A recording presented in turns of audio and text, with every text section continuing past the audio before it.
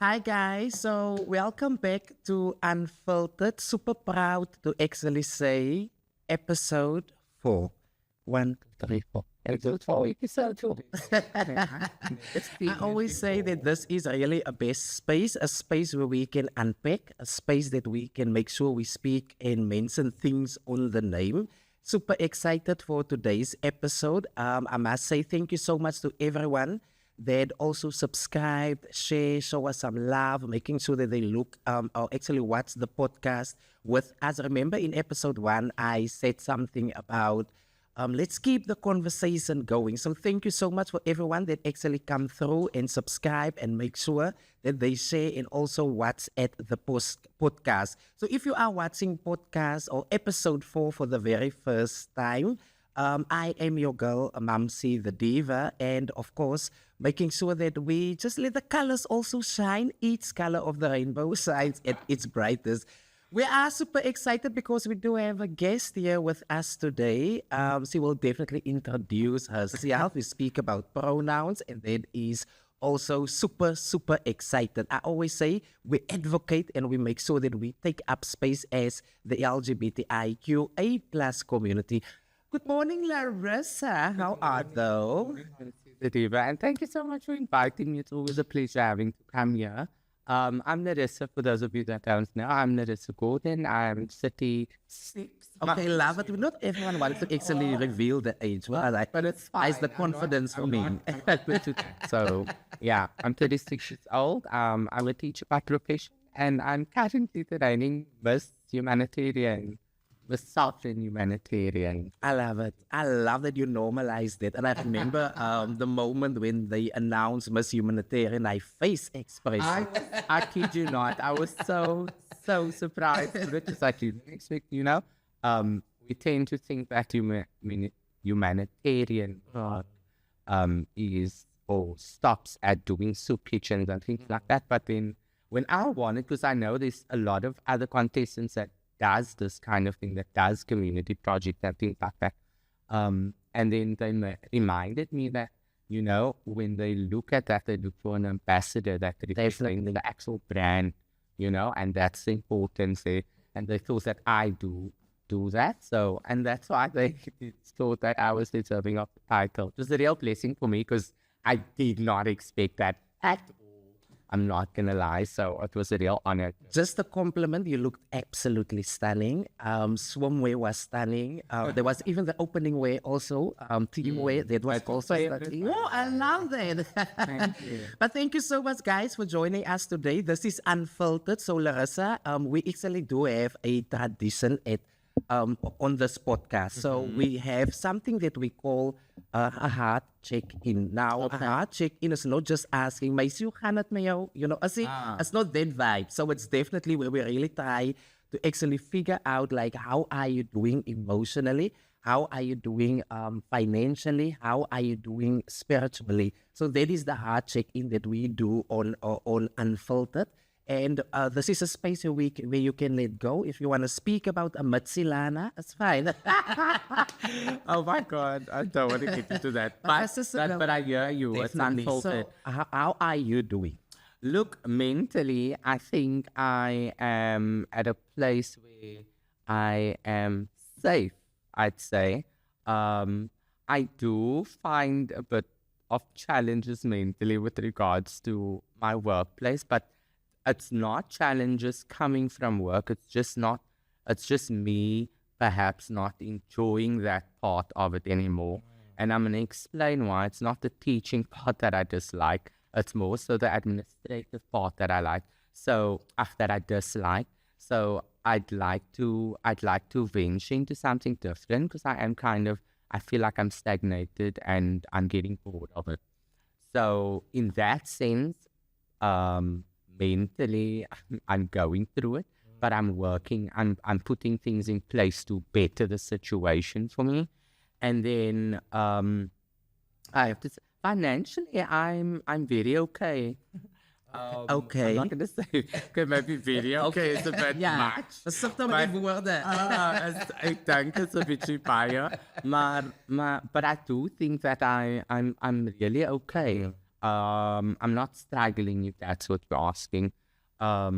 Yeah, so I can live month to month. I think that's also a thing where I need to, like I'm currently upskilling myself to do better so that I can get a better job to earn more money. I also think that a lot of my friends are purchasing houses and things like that. So I'm also getting older, and I think that's an important thing where I need to venture into right now. So a lot of those things play on my mind, but it's not in a space where I'm, oh my God, I'm so worn out. I'm so tired of this. I'm so financially drained. I'm so mentally drained and things like that. I'm actually just working. It's a work in progress for me. So I'm trying to achieve my goals, etc. for the year. And then spiritually, that is definitely something that I can work on. Okay. I'm gonna be very honest. I haven't been to church in the longest time, and I say that because the family that I grew up in is very church oriented. My mom and my dad religiously go to church every Sunday, etc. Even my brother. So, but what I do is I do pray. I do read the Bible on my phone because it's a quick act. As jy ook nog 'n temmie het om dit te doen. Yes, but I mean, I make a point of reading the Bible. Studying. Okay? So, in that aspect, I do think I can do better. I definitely plan on doing better. So yeah, but other than that, I think I'm good. I'm in a safe space, like I mentioned earlier. Like I'm really in a safe space. I have nothing to worry about. I don't have anybody to worry about. And I do think that I'll speak up if I do. I'm also seeing a psychologist all the time, or regularly rather. So in that sense, it's nice, I can basically vocalize and speak about things that part of me that I don't necessarily enjoy. And I'm so glad that you actually bring up that point of the Bible. So we do read the Bible. Don't get it only yeah, we do read the Bible. Really confused us.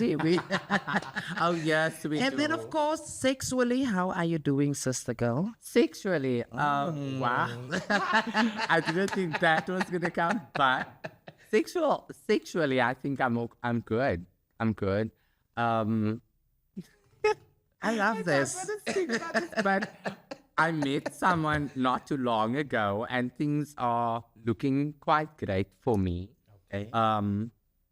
So yeah, I'd say sexually, we haven't had actual intercourse or anything like that, but it's been going great. Like I love what I have with this person, and I'm hoping that it develops into something even greater. Like it does make me feel very good about myself, etc. So, I mean, I think can I say? Yeah, basic girl. Say it's kind of perfect for me, what I want in someone. So in that sense, I do feel it's really great. It's going good. It's been like just over a month, so it's been really, really good. Thank you so much. I mean, I say to you, it's unfiltered. Pratos, my system. We speak about the penis. We speak about the sex. We speak about, and I think it's also about time that people really understand us. If I think I'm okay, I think I'm okay. I didn't have the perfect Easter weekend. Remember what they always say, as bunny state, Indeed. So I didn't. Agree. So I didn't actually have the perfect Easter weekend. I think when I went to my hometown, which is Beaufort West, I actually went there with expectations, But expectations, in a sense, in my mind, I believe, in my mind, when I go back to my hometown, I believe in spending times with my queer fellow sisters, but we didn't spend so much time that I was excited. So I went there like, so this is going to happen Thursday, this is going to happen Friday, do you understand? Yes, so that was the kind of expectation. And my brain, and in my mind, I planned out the weekend for us, but things doesn't work that way. It also can make me to realize that I have to say this in Afrikaans. Mense se lewe gaan aan, people's life.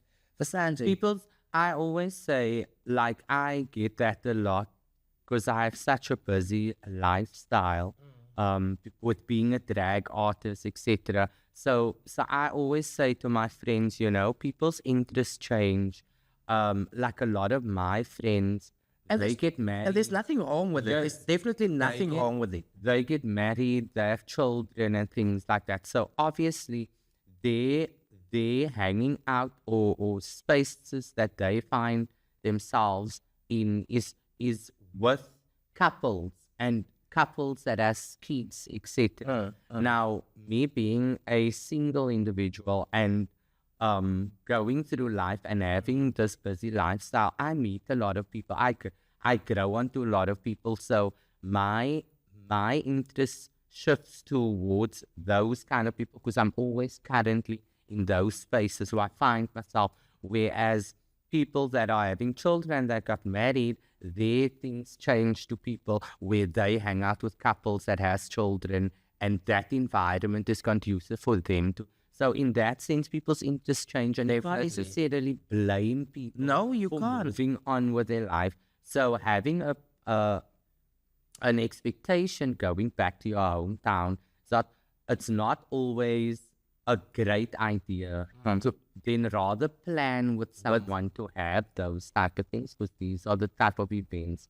Also, Mamsi, you have to remember that we grow older, and when we grow older, also people's interest changes. So, I mean, I'm at a stage in my life where I'd like to spend more time with my family because I haven't for the last 2 years, So I try and give more time to them and spend more time at home because that's an importance to them as well. You know what I'm saying?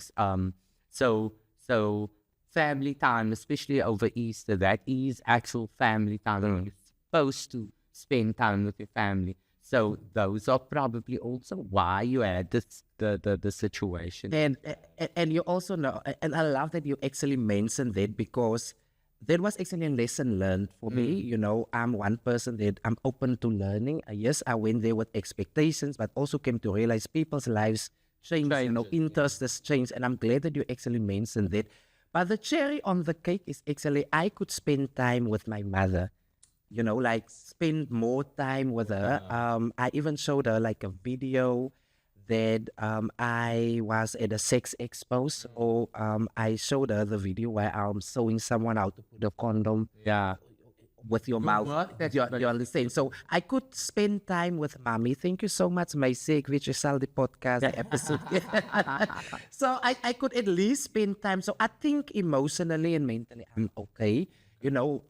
I sometimes, because my mother lives so far from me, I miss her so much, I can imagine. And so emotionally and mentally, I think I am actually okay. Right. Financially, I'm trying my utmost best. It's very, we all at that point.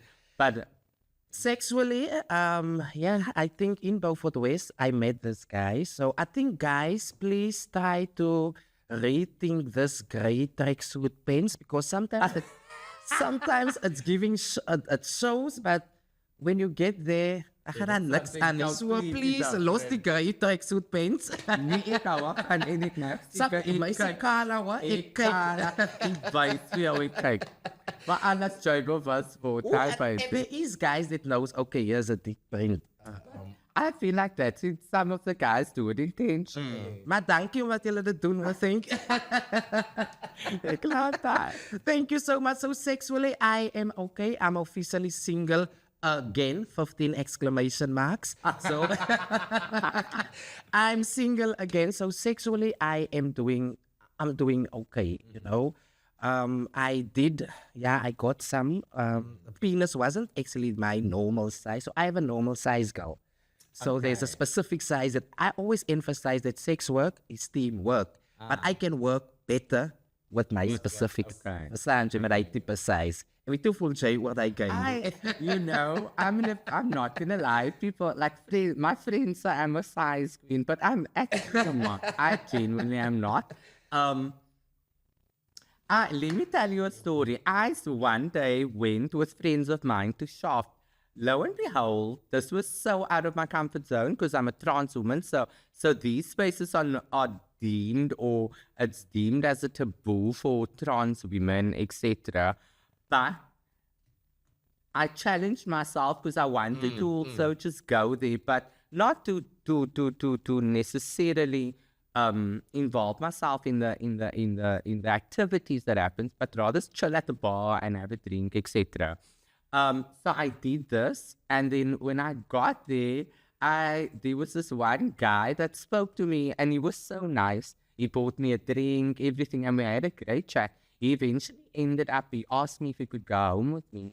But I was staying with a friend at the time, and he went home with me, and lo and behold, Okay. to us Dominic, A moment. it was to me a moment. Okay, But then I was like it wasn't a size. Like I was, can I say a micro penis? And I was so intrigued by it though. Let me just say, I was so intrigued by it because I've never experienced this before. So for me, it was like, oh my God, what am I going to do in this situation? I like, oh, I couldn't express myself as to what I'm, but then I told myself, you know what, you are in this situation currently. Let's make it work and see where this guy is going to go with it.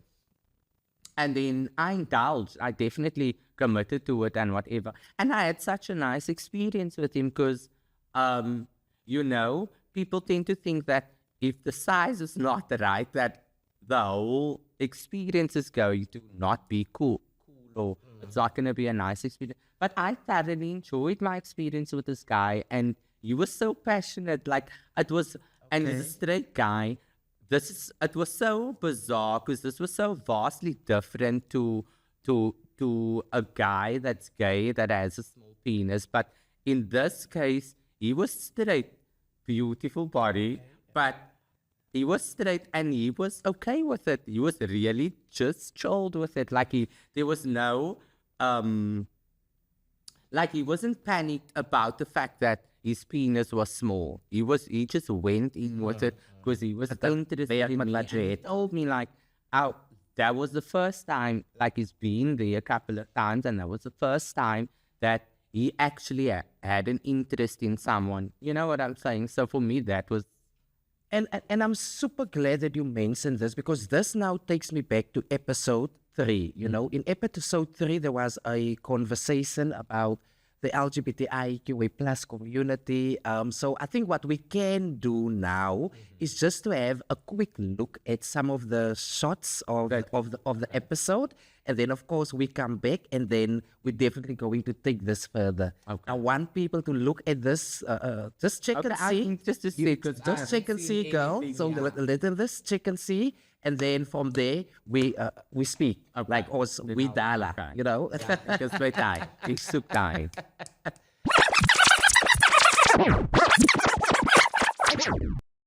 Or transgender individuals that actually cheat them more. You know, we're coming from the Easter weekend, and I saw a real life situation happening between two same-sex individuals. It was a lesbian couple, where the other one was so angry. And when she went out there to cry, she was even saying, I dated women because I thought they would treat me better than the men. I was like, okay, so this is what you thought when you went over outside. And imagine that you only have one thing to provide. There's a big mistake that you What do you mean you have one thing to provide? Huh? You're gonna get into trouble. Visitor, let's go, Morena.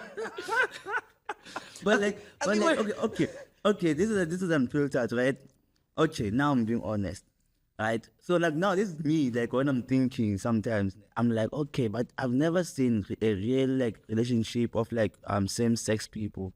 Like it's always like this one with that one and that one and that one and that one. It just depends where you see them, who they with and whatnot. But then like they're always like all over the place, man. You understand? I think that that's why like most of the time they don't even get married. Like it's only like a 1 or 2 out of 10. No, some do get married. I've seen married once, especially right here in the Western Cape. Yeah, I'm saying, but you know, how often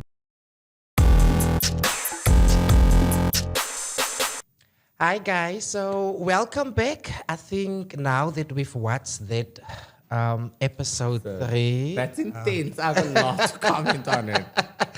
And so just to highlight once again, so the one guy was speaking about LGBTI relationships that is not that visible, it doesn't maybe last. Also, we don't get married easily because we are all over the place. The second one was also, all over the All over the place has been stitches, but so, okay. also the second one was based on a lesbian couple, that had an argument, and now she thought it's going to be better that side. Oh, I don't know if it's my hip or it's like that. Okay.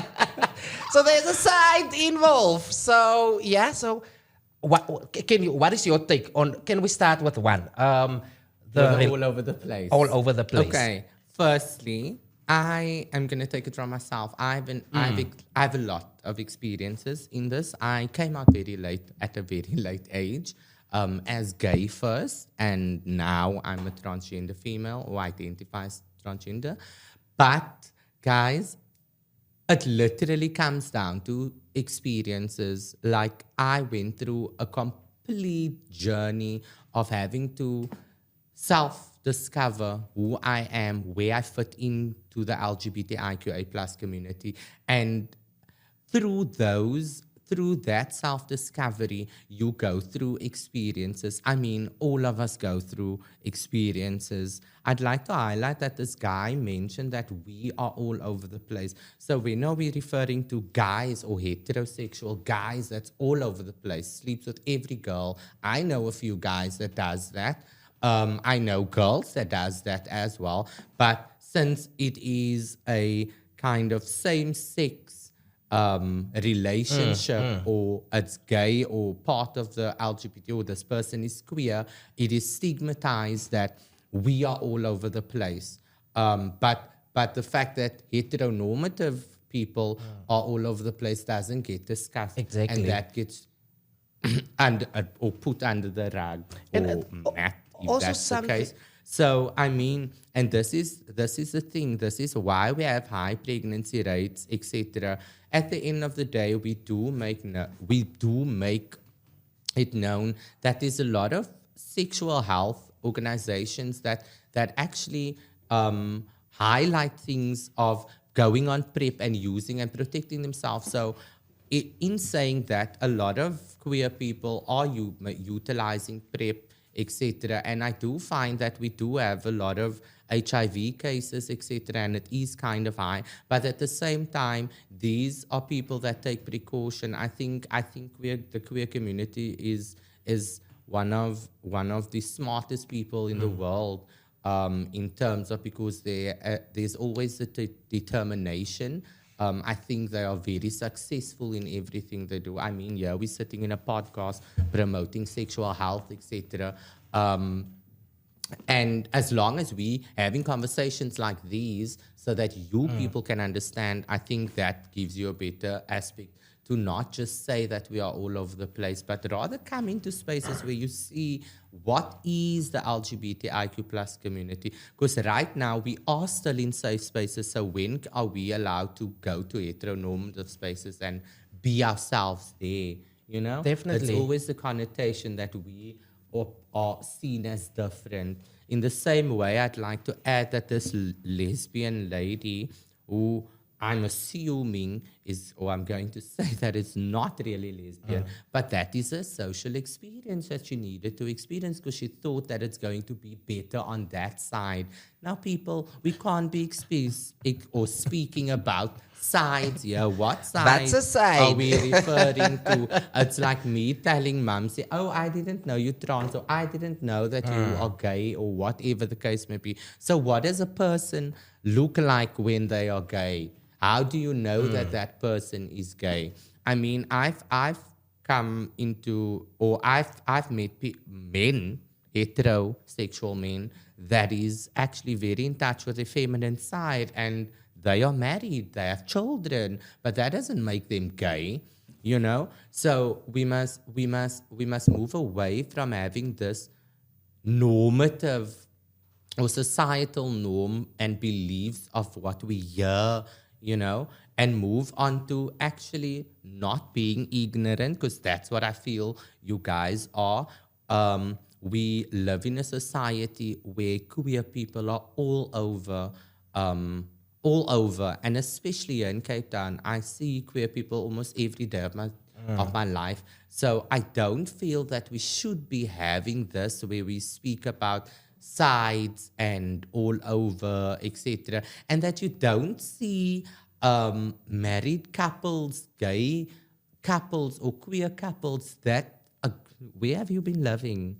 I mean, social then media definitely not in platforms, Cape Town. You should be around. It's all over, people. And I mean, social media is so big. You can go onto TikTok and you literally can See. You can literally type in transgender female, Immediately. etc., and a whole lot of videos will pop up where people are actually educating the heteronormative society. So stop being narrow-minded and move on to getting to know what we are about, how we do things, and where we are headed, etc. But I think I want to also say thank you to the guy that actually brought this up, because it's not him. There's maybe it's not. I always say sometimes we're not speaking just for but for other people that also have the questions, you know, like, or see us as people that is all over the place, or we don't easily get married. And yes, that is a challenge. That is a challenge for us, because even in places or countries where same-sex marriages are illegal, you know, we also look at that when it comes to we don't easily get married. Another one that I want to touch on, even when places where it is allowed, we still face challenges from the church, from the pastor, you know, for our families rejected. Indeed. So I want to get married. I'm planning to. No, I'm gonna get I married. want to get married too. I hope you see me now. but that's also on the play card for me. I definitely would want to get married one day. It's maybe like they say, Rome wasn't built in one day. Definitely. But I think we do have challenges in terms of getting married. It's just that the right person hasn't come commitment forth also. yet. So And I do believe that you know, gebed dra krag. Love so if you do want to, bid for your man. yeah, just You by know, saying, I saw you will eventually come. come true. You will definitely come along. You know, You know, there's also a few comments that I would love us also To touch on. touch on. There's also this thingy of this phrase of people saying that. So it's a phrase that goes by. So this is how the phrase goes: are you playing for the other team? oh my God, I've heard that a number Sy speel of vir die ander team. times. Oh my What God, team? yeah. Speel Is sy dit 'n vir die ander jersey? team. Is this a jersey? Is ek 'n midfielder or what are they? Yes, or a rugby player. I'll try to nog netball praat, maar nie tiny man speel jy vir die ander team. I think sometimes that term is just used amongst people because they are not trying to offend you. But I want to encourage people that, pardon me, it's so much more easier to ask than to not ask and assume. You know, I get very upset when people just assume who and what I am instead of having to ask me. If you aren't asking me, Definitely you'll get the response. Yeah, sê hoe van praat, hoor. I'm going to give you everything from A to Z. And if you want to know more, you can always come back and ask me more. But that's when somebody asks me something, that shows me that you are interested and you're not oblivious to your surroundings. So it's important to make that situation educational, you know? So I want to encourage, rather ask somebody that you feel is queer or that you're thinking is queer. Ask that person and move from there, you know, and explain that you're not trying to offend them and they won't take any offense. If they do, they are stupid. But they shouldn't take any offense to that, and they should explain, like, they should encourage you to listen to them. etc. Definitely, because I know of some people that also complained about this playing for the other team, as if our sexual orient or who we are is a game, like a team sport. And I think we are living our truth, Mamsi, I always think of the heteronormative side as well. I think we, as the queer individuals, tend to take offense or play the victim in situations where heteronormative people are asking questions, and we shouldn't. We should be answering them, because that is also the part that we're missing. We get so infuriated with people having to ask, this is new. Okay, maybe not that new, but it's something that's been around and people don't know about it. So it's greater to encourage them to listen to you and having them take in what you are saying than having to get upset at them, So that's why I'm explaining that them having to say speel choke for the other team, that's a nicer way for them in their mind to question that. And this is why I'm telling them to not ask it in that way, but rather come straight. What you identify as, what's your pronouns, etc. That is the importance. And I'm actually glad that you mentioned that and bring that up, in terms of sometimes playing the victim. With, I think you one person that told me that wherever you go, you educate. Yes. So I love it when you said that sometimes they would actually, some individuals will play the victim in terms of, but I think for you, because wherever I go, I educate, I raise awareness, I speak about all things related to the LGBTI. It's how you take it and how you can also respond to that. I want to also say a little something of an experience this weekend I had. But I do think we have behind the scenes question. It's a guy, dark in complexion. Right, thank you very much, ladies, and I'm loving the conversation, especially about how it's very much important for people to just go out there and ask, and all you will get is the correct information, and you will always be educated. But I always struggle for myself to even ask the question around pronouns. And I feel that it's something that's very much important within the LGBTQI society, is that you don't go there and assume because you are seeing what you're seeing and therefore you address the person the way you think in your head. What is the best way you would advise someone to ask about the pronouns? Can I do a demonstration quickly?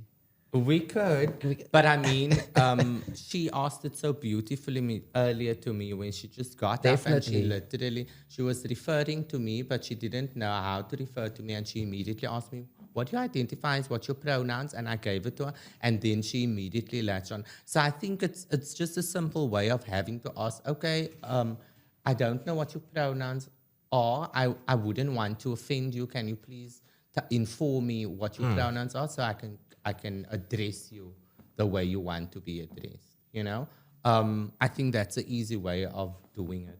And I also think, sometimes the environment where we are sitting, Yes. Let's look at that. Read the room. Let's read the room first before you start. Okay, so what are your pronouns? Yeah.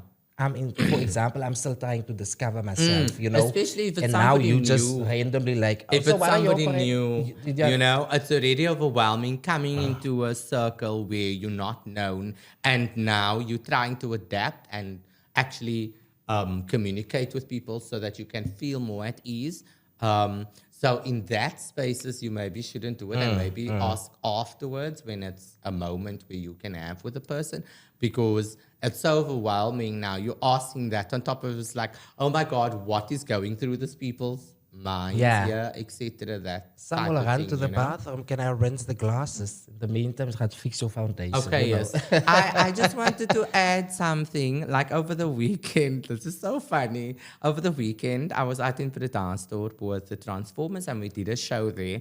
And then there happened to be this one guy that I knew he was interested, man. He showed interest from when we were at the club. Then eventually we went home. They came with us, and then it was him and another friend. And then eventually we went to other people's house.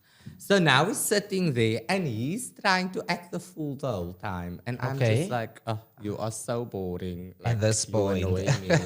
But now I'm dealing, because he's cute. He's cute. It's iets I'm wat we kan dealing with werk, him. you know. Yeah. And now I'm dealing with him. I'm sitting right next to him. And now he's trying to do this thing where he's wanting to know more, but he's trying to get this other friend of his to speak more, because the other friend is more the bubbly one, but he wants to know more. So I was like, okay, so do you just want to know more about transgender? Because I don't think you guys know this, because they really don't know.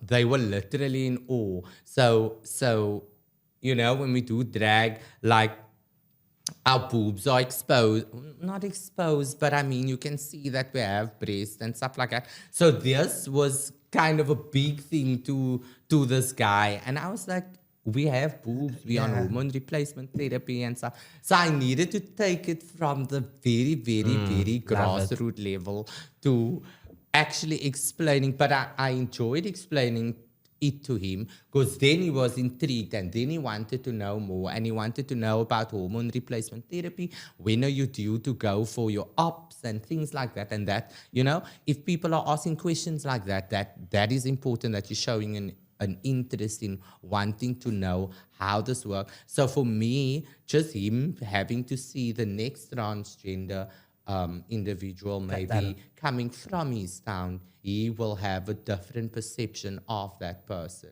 And I think that is how the cycle is supposed to be working. Thank you so much for that. Just something, quick shout out to my girls in Beaufort West. So don't actually get confused or irritated as ek in Beaufort sê, hoe se gaan nou weer kom baie pas weer LGBTs weer transgenders weer. You understand? But I think there is also my way. Like, I think education is key. I mean, I'm coming from Beaufort West. I did not know what. I thought there was only gay and lesbian, and that's it. You understand? I relocate to Cape Town. Ek het kom verstaan, you know. What bisexual is, what's pansexual, all of those things. And it's important. People don't understand or get that when they are there in like places like Beaufort West, Bredasdorp, all of those places.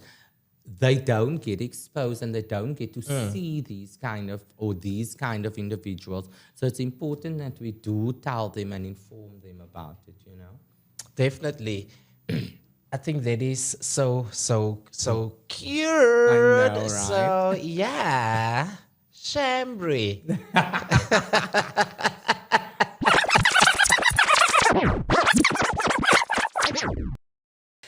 So, yeah, I think welcome back, guys. This is Unfiltered, a space where we make sure we advocate, a space where we make sure we create spaces, even for us as the LGBTIQA plus community. And I think this was a super exciting conversation. You know, we really unpacked and let people understand there's more. There's definitely more that we can do. Need to unpack and discuss. But I think in moving forward, if some of the other episodes, you know, we can really also unpack gender identity, you know, sexual orientation, just for people to get more and know more about that. Yeah. But now I think you are here today, and you know, sometimes we do not often get spaces where we can express ourselves, where we can share our journeys. And I think today I would really love you to also speak about your journey. I know for us it's quite challenging sometimes, you know, most of the times. For others, I emphasized on a conversation where we were speaking about coming out. You know, I said I don't have a coming out story. Do you understand? So for me, listening to someone's journey, as education is for me also to get the understanding, this is what you went through, whereas I was totally, you know, so that is the conversation that we will be quickly have, or just let people also just understand the challenges and the challenges. So when we speak about your journey, was there a specific time that you actually came out as queer, or? There was, you know, I think I knew that I was queer literally from the age of, 13, 14. Pardon me. at the time, I had a gay cousin, or I have a gay cousin within my family, and he came out when he was just in grade 8.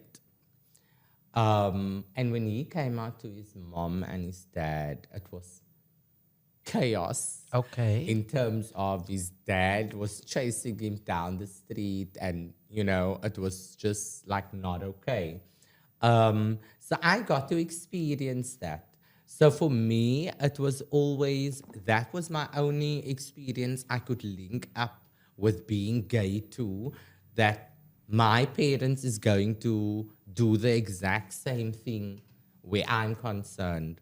So I always had this fear of having to come out. And my plan in my mind was that the minute I start working, that is the day I'm going to come out. I understand. So I've always been in denial about being queer, etc. It was challenging at times. It was draining, mentally draining at times, because I was in a group of friends where they were queers, and everyone around me knew that I was gay or queer, whatever the case may be, but they respected me enough to know that I didn't want to speak and touch on it, Then as time, then I started working.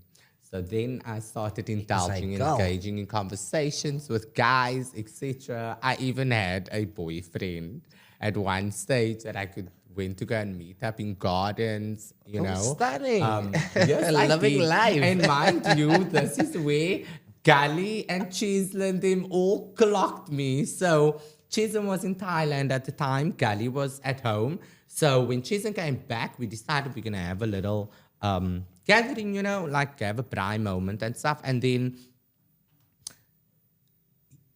my boyfriend at the time was phoning me the whole time. And every time I would leave my phone, but then they would see this person's name come up. And they puzzled, but they didn't say anything the next morning, because now I went to eventually fall asleep and they picked up the phone while my phone was ringing. And so they had all the tea already. So by the time I woke up, they waited. The girls we're going klaar. for breakfast and we're having a roundtable discussion. And so they're like, okay, so now if this is the case, then why are you still walking around telling people that? And then the biggest thing for me was that I haven't spoken to my mom and my dad about it. And I wasn't going to go around and be with other men knowing that my parents didn't know that I am gay. So I explained that to them and they understood that until I was ready. So then I was on holiday, and the very next Sunday I came back. Jason dropped me at home. And this is where my mom and I had a one-on-one conversation, because then we were alone at home. And then my mom's like, okay, do you also identify as that now, etc.? And I said yes. And then she wanted to know, when did I know this? And then she kind of felt violated, because she was always the one to protect me when people used to call me, oh, nee, hy's a moffie, and that type of thing. So she kind of felt violated. I explained to her that at the time I couldn't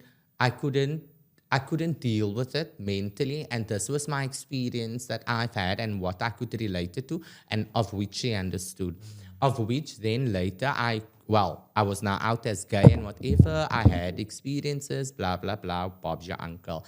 Then I decided to do my first pageant, which was Miss Bestova. Then this was a different ball game for me. Mind you, I have always gone shopping with Cheslin, like we live together. Yeah. And I used to go shopping with him, and we'd be in Markham's and those kind of places, blah, blah, blah. Then the pageant journey started, and then I now deviated from going to Markham's and things. I wanted to go to the Fix and Mr. Price. And I would buy me female jeans. I even got female jeans from Gully, So then I ventured into wearing more female clothing.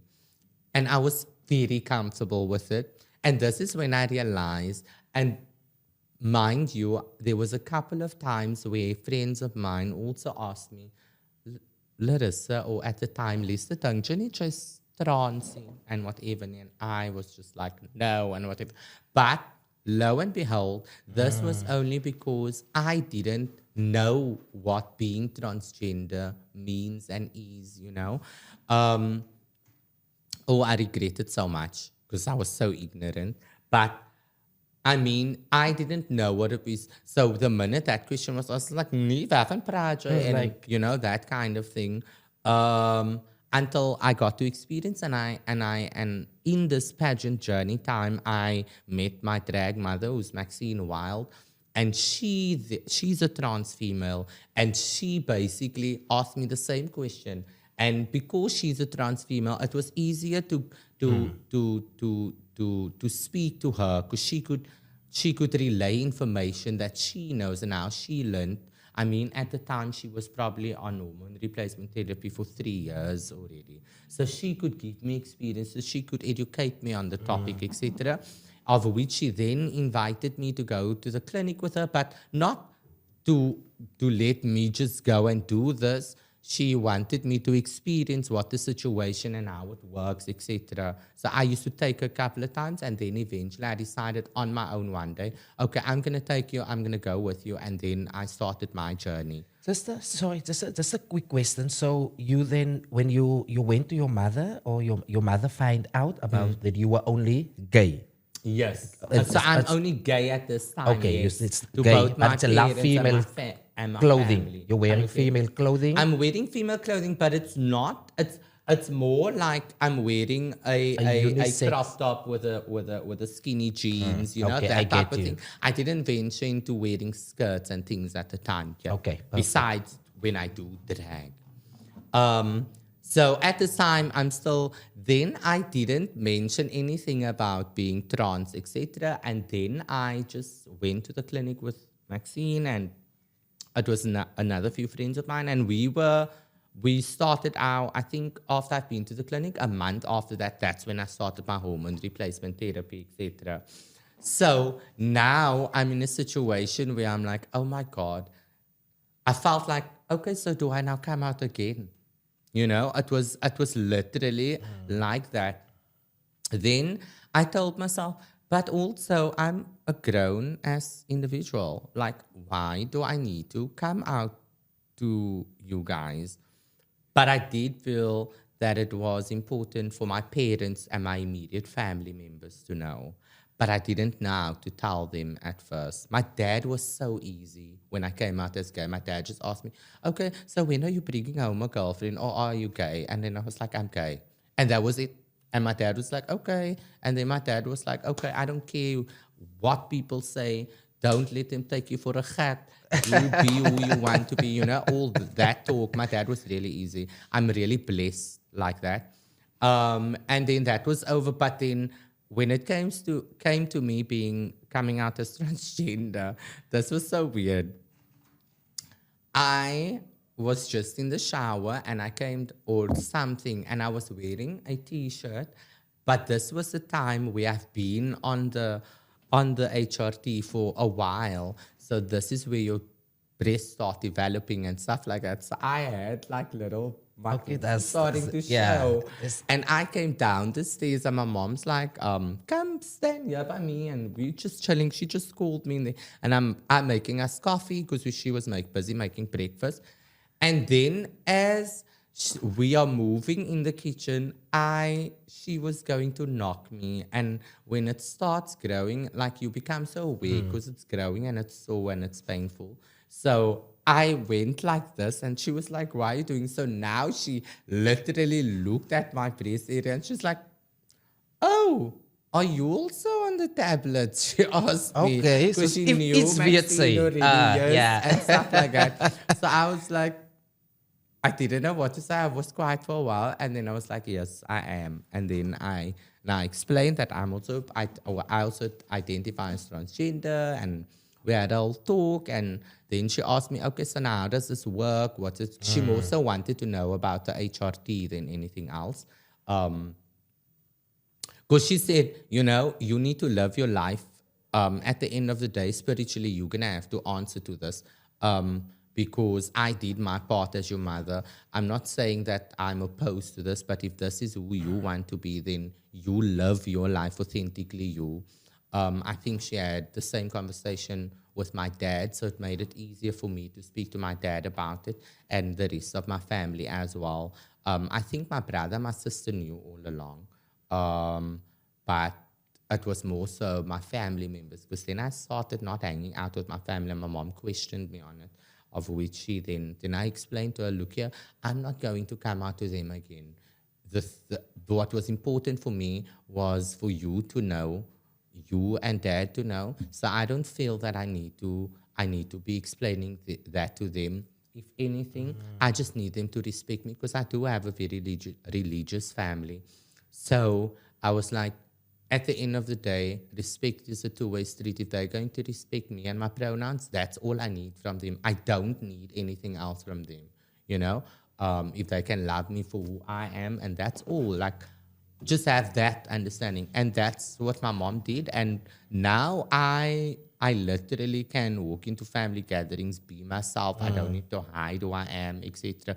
Everybody addresses me on my pronouns. They get it wrong every now and then, because we don't necessarily see each other often, but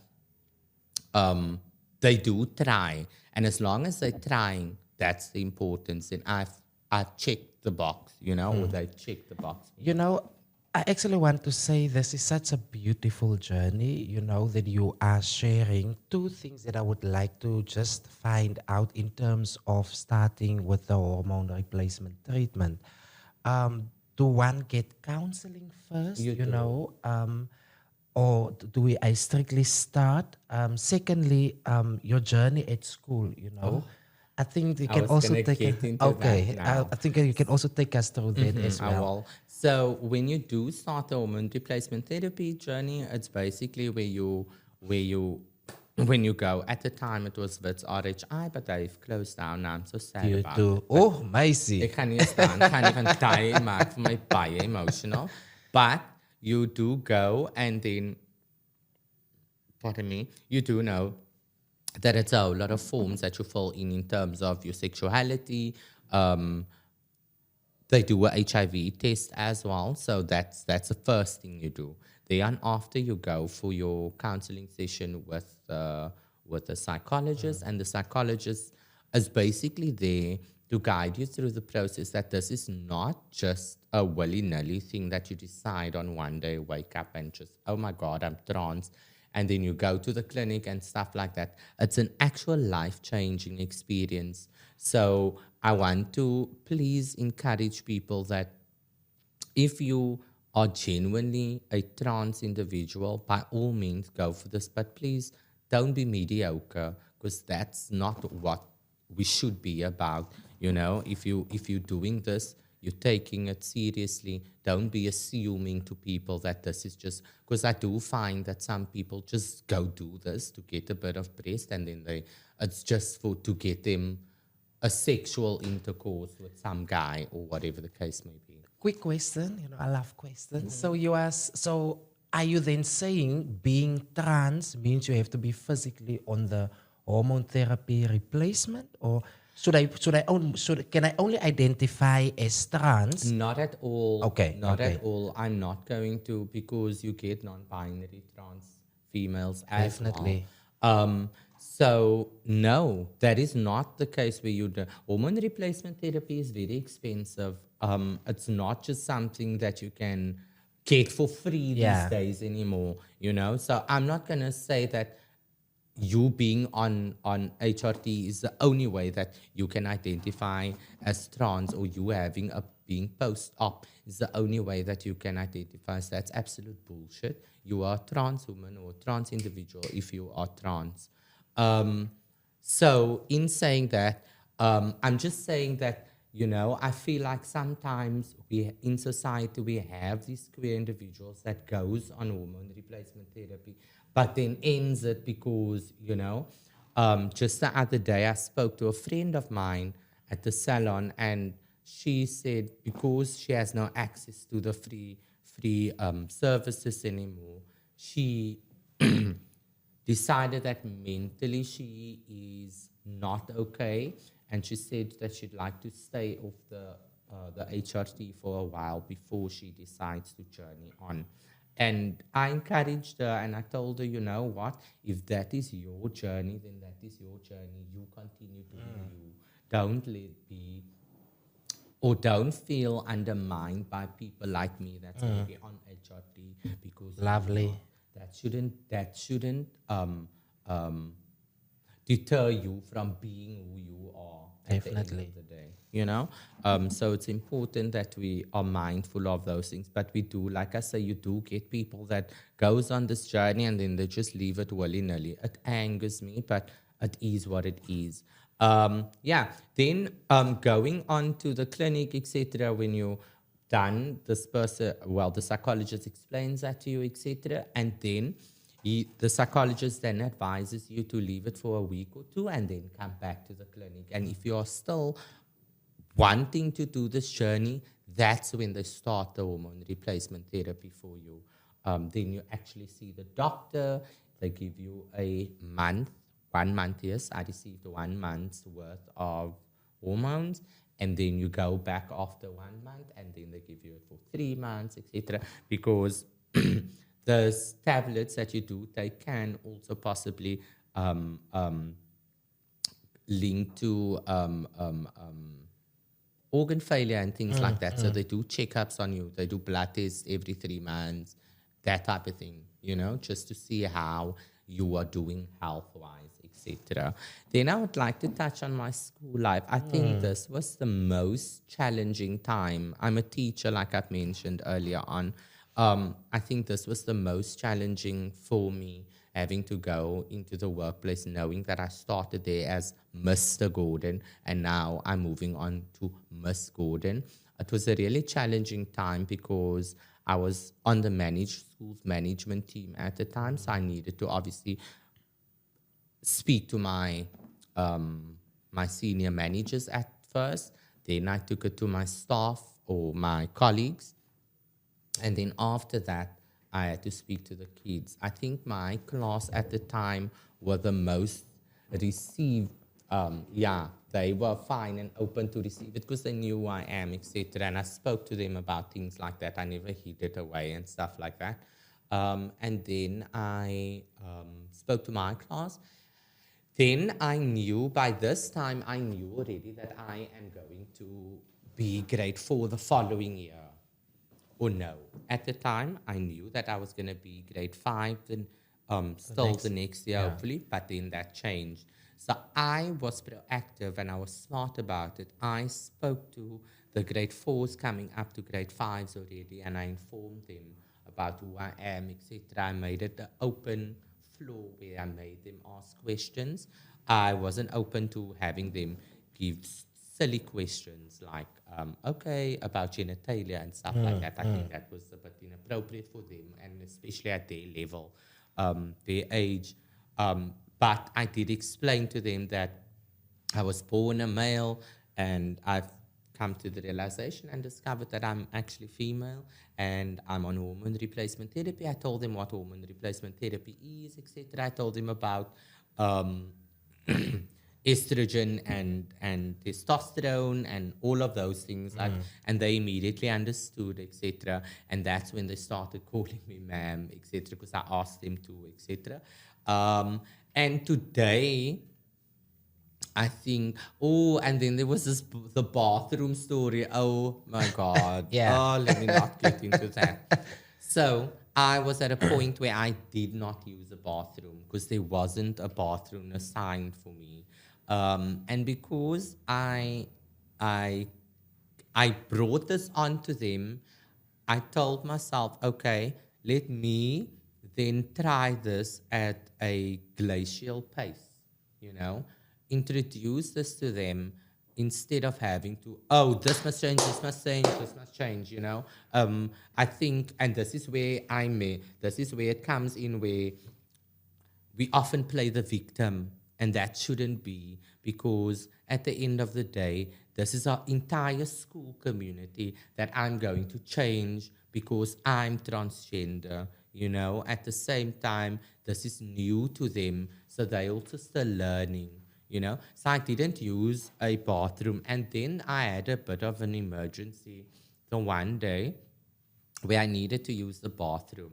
And I ran to the boys' bathroom because that's the bathroom I obviously use. And in walk, but now I literally walked in, and then there was this outsourced person that does our printers and stuff like that. And I got such a fright. But I was in such an emergency that I couldn't take note of that. And I just ran in and did my thing. And then I was done. And then he was looking like, when I came in, he was like, okay, should he be here? Because it's just the wrong bathroom. Because obviously I look like a female and I'm dressed like a female. And then I was just like, oh my God, I can't do this now. And I just ran in, did my thing. But when I was done, I went to him and I apologized to him. And I said, look, you were indeed in the right, correct bathroom. That was my fault. I had an emergency and I do apologize for it and whatever. Immediately after that, I went to my principal and told him, okay, so I need to have a bathroom. It's either you make use of the female bathrooms. Also, this is a cubicle, so it's not like I'm invading spaces of other cisgendered females that will feel unsafe or anything like that. Then he was kind of opposed to it, but then I was proactive again. And I went to go and ask every single female on my school, would they have an issue with me using the bathroom? And they said no. And I did a Google form. It was a Google form that I did. And I took it back to them. And I told them, okay, so these are my colleagues. And they're saying they don't have an issue with it. So then I should be able to use. And ever since that day, I started using the female bathroom. So again, this was the most difficult kind of thing. Like up until today, legally, I can't put my name on as Larissa yet because it's still deemed as, or legally it's Celeste. I have changed that now. I'm still awaiting my ID to come. But that is still a big thing for me, like that I can't use my actual name or my preferred name, etc. But my pronouns, everything else is really, really okay. It's just, but it was the most challenging part of being trans that I needed to deal with. Mentally, I was so messed up a lot of times. Oh, I used to cry, guys. Today, I don't have to. I think I have a beautiful relationship with all my colleagues, etc. Very supportive, love the fact that I do drag, etc. They also even get upset certain times where my name and things are concerned, or people misgender me, etc., and they'll rectify them. So all in all, I have to say I came out much a stronger person in terms of being trans because I really, really do. I'm really blessed in a way where I have a very, very big support system. And that I mean family, friends, and work environments, which is a great thing to have. It's not a lot of people that can say that they have that, and I'm really fortunate to have that.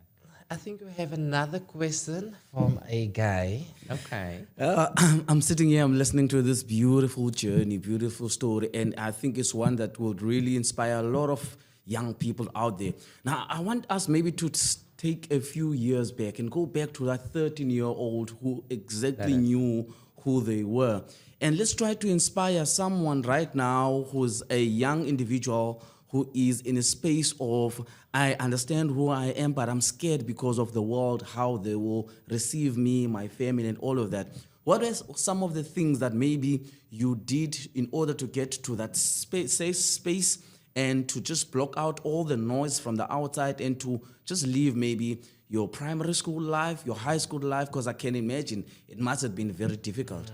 It definitely, if I take it back to my 13-year-old self, I was very, very sheltered when I was brought up. I'm not going to lie. And that's probably because of my mom kind of having this thought that I am queer.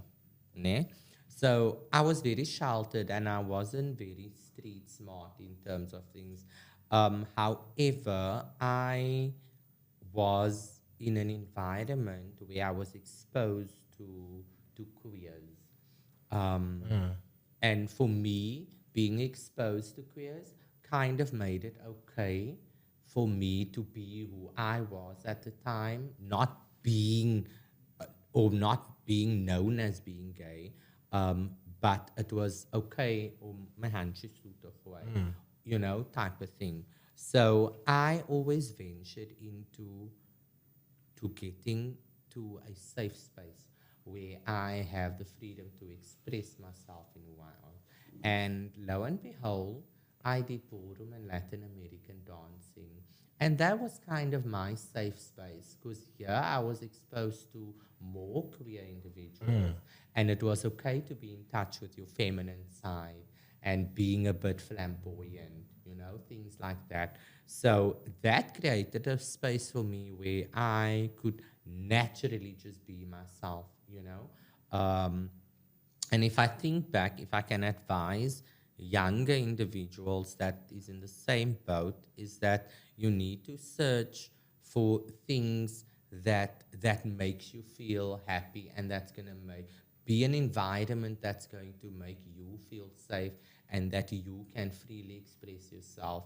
You might not be able to, or that you have this fear of having to come out now as an individual, and that's okay. It's really okay. Mentally, it can be draining, but I strongly feel that today we are in a world where there's a lot of access to a lot of things, where mental health is concerned, gender is concerned, etc. So you don't have to. I mean, if you have a mobile phone, that is like your biggest help, or resource rather, that you can utilize to read up on things. And I mean, artificial intelligence is so brilliant today. You can literally have. I do that all the time, where I speak to ChatGPT, and to my surprise, it does something for me. It does advise me on certain things that I don't necessarily have advice on or experience of. I can speak to ChatGPT, and ChatGPT will give me an answer and give me options of answers. So don't be afraid to speak up. Always try and speak up. That's also one of the biggest things. But the first point of reference, I would say, is go find yourself a space, safe space. Definitely. Where you can be authentically yourself. I'm super glad that question came through, and just to highlight on that, you don't have to be in a rush, it's an ongoing journey. Yes, it is. So it's going to take some time, there's going to be some struggles, there's going to be some challenges. Larissa, I had this conversation with you that I said to you over, I'm 30 now, and I don't know if I'm queer or if I'm trans. I'm trying to figure out. But all I know, I'm not gay anymore. Yes. That's one thing for... But that's your journey to self-discovery. Definitely. It took me the longest time to get to be the trans. I mean, I'm an hormone replacement and being a trans female. I've been a trans female for like 3 years now. But that was part of my journey. It needed to happen that way so that I can become who I am. So to that 13-year-old boy or girl, if this is what you are facing, and you facing the challenge of not having to come out and finding it difficult, love your journey. Go through it. Experience life. You'll also be able to sit here where I am and get to experience and empower younger individuals, yourselves one day. But enjoy your journey. Look at what you want out of life and discover who you want to be authentically, and then move on from there. Now that you speak about that, discover, a quick question. I know we don't have too much time. Just one last question. Okay, sure. Did drag, so were you mentioned something about being in drag, and also you mentioned something about trans. If you're asking if So I want to find out, like, were you gay when you were starting to drag? to drag, yes. I was gay. So basically, drag was the armor for me to eventually venture into becoming the trans female I am, that basically, how can I say, preempted that for me, because this is when I started wearing female clothing, etc. You know, and I started enjoying it more. I wanted to buy more female clothing than anything else. Like, I wasn't looking at male clothing at all. So that was definitely my stepping stone to becoming to who I am. That was a discovery for me. I think I absolutely enjoyed this conversation, you know. I think with episode 4, it was quite educational. It was a learning curve for everyone. We are going through so many challenges and issues that we are facing. But I think with today's episode, we definitely made an impact, I'm going to say. And it's not that we are experts, you know, one thing that we came to realize. Oh, and by the way, Larissa is also part of the Pride Bus show that I am Yes, I hosting. do. It's Queer doing tea. Queer tea and therapy. So it's a mental health segment. So I think the connection, you know, I feel like we could literally speak, you know, of challenges and issues that we are facing. Is there another question? Yes, just this one I would like to ask in terms of inclusivity, because most of the times it comes across as people from the LGBTQI plus society love that word, inclusivity. And for me, I also feel that the term inclusivity should be used as a two-way street type of thing. I mean, you spoke in length about how it's important sometimes not to come across as the victim, but to also come from a point of understanding before you are understood. Now, how big is inclusivity for you? And also in trying to educate the society at large in terms of the LGBTQI society, and also the society being the ones that now will be opening that door, is to say, okay, fine, since that now we are educated, let's also try to include everyone so that we are all a society. Because for me, for example, when people are saying the LGBTQI plus society, it feels like there is a society living on its own somewhere, but these are individuals living amongst us. These are individuals in our household, people that we know on a daily basis. So inclusivity, maybe for you, and inclusivity for you also. I wanted to say, can I be the devil's advocate when it comes to that question? But I want you to first, I'm giving you the platform, so respond to the question, and then I'm going to be the devil's advocate. Basically, everyone and everything. Okay. I think it's important that we also speak about, or I want to touch on this one thing where we say the word queer. Someone once told me that using the word Queer. or the term queer is not a nice, because the meaning of it is all over or something like that. I stand corrected. But for me, we have, and I'm speaking to everyone now, we have this notion of saying that we're part of the LGBTIQA plus community, yet we are also saying we want to be normalized within society, yet we still make use of the term LGBTIQA plus community.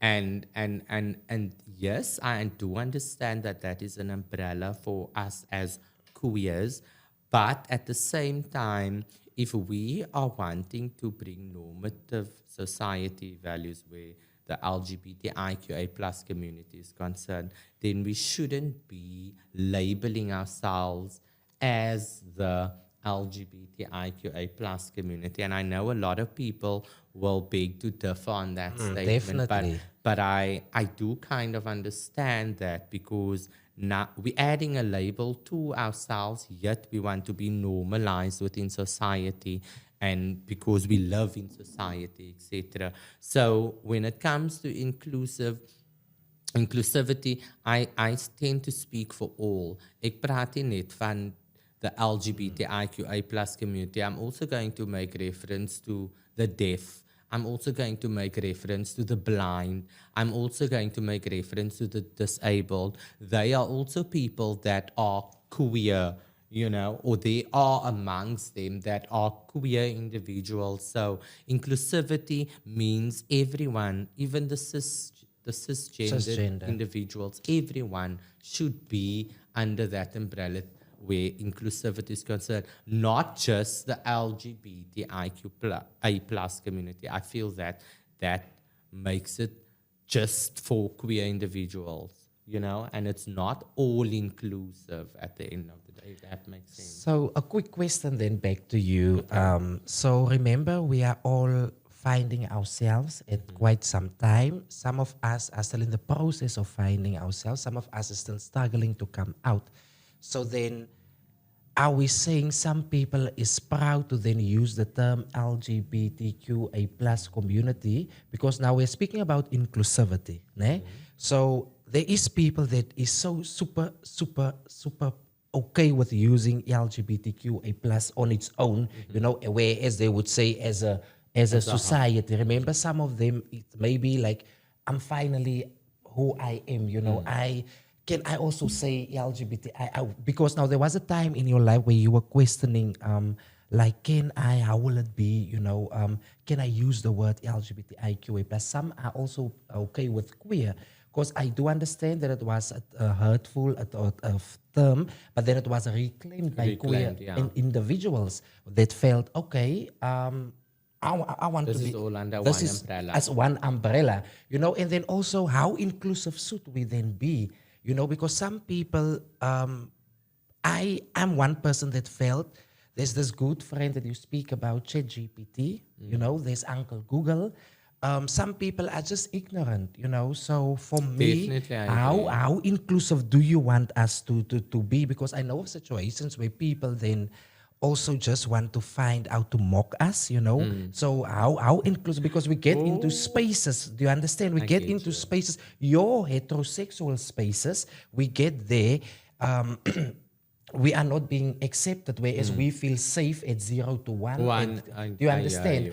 Also, we get into conversations, where we are being excluded. So then the question is, what do you suggest we do? So come up with a plan. Do you understand? It comes down to ignorance at the end of the day. Do you understand? I haven't thought about it that way, but I do agree with you completely.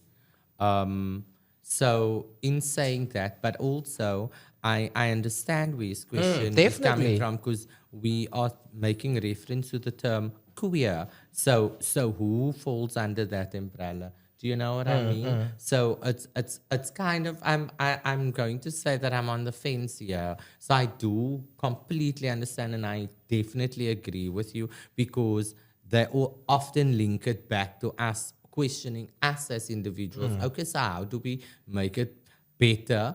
So therefore it comes down to basic, simple, plain in terms of ignorance. It's literal ignorance, that people don't go beyond what they already know. To them, it's just like, this is not my job. I don't need to do that. So therefore, I'm just going to go about. You even get allies that is like 4 hours here, an ally, and then when you're outside, another ally. So who inclusive do you want me to be? And I think it's so sad that we have to say goodbye. This is Unfiltered. We do have a few more minutes left. It was baie lekker om hier te wees. I definitely want to be back here. So if at any time, just let me know. I will avail myself, and I'll definitely come back. Yeah, I definitely enjoyed having to speak. I feel like we must have more conversations like these. We don't have that anymore, and it's so important to have. I mean, I'm definitely sure that the soul out there will have learned something from this. I mean, some of our people in here has definitely learned, the guy that's been asking the questions. Dark, incomplexan so I'm guy. sure he's been learning a lot of things. What did he say about 85% earlier on? It was inclusive, there's different inclusive. Oh, yes, definitely. I don't know. But what I'm saying is, at least, yes, but at least is somewhat inclusive now. And I think that is what the beauty of the LGBTIQA plus community. We are living in a diverse world. Stunning, it's cute. So there's more information, there's more coming. Like Larissa said, there's more and more to share. So engage with us. Don't forget to share, comment, and like, and just subscribe. You know, like subscribe just and ask questions ask if you guys questions. have. Do ask questions. We are comfortable to actually respond to the questions. But from our side, I want to take this opportunity to say thank you so much, Larissa, for always. welcome. You one call away. Ik kan het I message you ready. Anyway. Then you would say, no, anytime. Because you're one person that I've learned from you during our radio segment, which is queerty and therapy. yeah. You know, you always emphasize, Mamsi, wherever I go, I educate, I raise awareness. So even if I'm in public spaces or in a mall, and I think that is what we should do. So thank you to everyone that is watching. Until we meet again. So thank you so much to everyone. I mean, it's a beautiful day. It's a nice episode. So please do go find us on our YouTube channel, Asia Quasi Youth Network. Find Unfiltered, subscribe, like, and be part of this conversation. It is an ongoing conversation. So yeah, just dala what you must. For now, ciao, ciao.